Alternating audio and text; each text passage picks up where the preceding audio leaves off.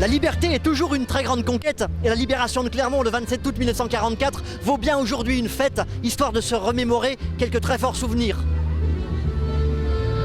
Transportons-nous tout d'abord à l'hôtel de ville. Abel Thomas dirige l'harmonie municipale pour quelques airs américains et anglais des années 40. À la libération de Clermont, la foule est en liesse, comme nous le montre l'exposition de photographie dans la galerie de l'hôtel de ville. On voit aussi, arborant le brassard FFI, les résistants sortis de l'ombre pour libérer notre ville. Une occasion pour saluer leur mémoire et se rappeler la force de leur investissement. Le FFI, c'est tous les combattants qui, depuis le début de l'année 1944, se sont regroupés dans les forces françaises de l'intérieur. Clermont-Ferrand et sa région proche, c'est plusieurs milliers de FFI en juin 1944. Le Puy-de-Dôme a payé un lourd tribut à la politique d'extermination nazie appuyée par le gouvernement de Vichy.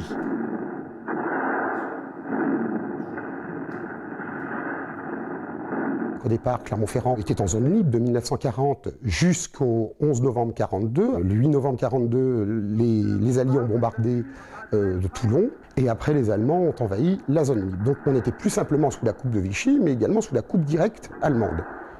Tous les méfaits, ça a été notamment énormément de rafles, énormément de déportations, ça a été différentes actions de répression.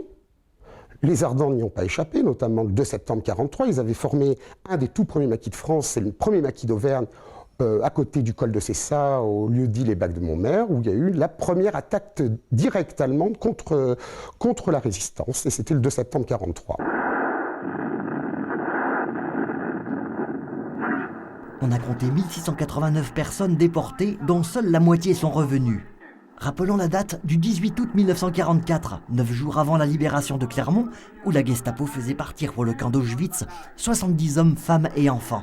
Il n'y eut que 3 survivants. En 1940, la résistance, c'était déjà en premier lieu refuser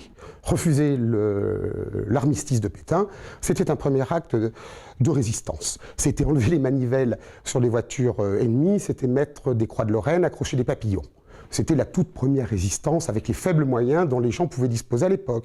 Ça a été énormément aussi confectionner des faux papiers pour pouvoir circuler. Ça, il y en a eu énormément.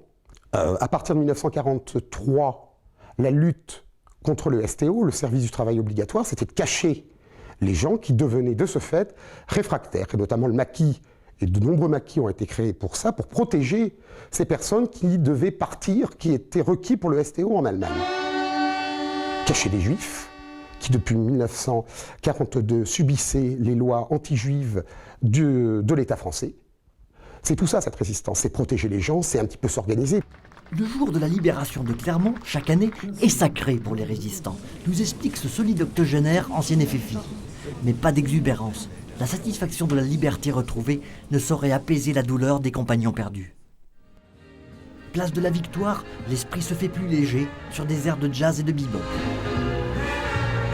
Jouant les Américains de service en véhicule d'époque magnifiquement restauré, un couple d'Auvergnats, pour saluer la mémoire des GIs qui se sont battus pour la France mais n'ont jamais connu Clermont.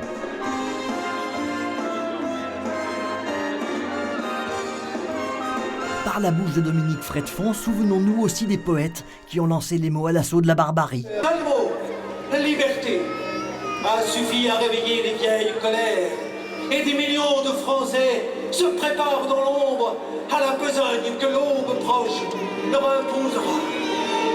Robert Desnos. Et puis aussi Charlotte Delbo, qui au retour du soleil après l'orage, crie le sens de la vie. Parce que ce serait trop bête à la fin que tant soient morts et que vous viviez sans rien faire de votre vie.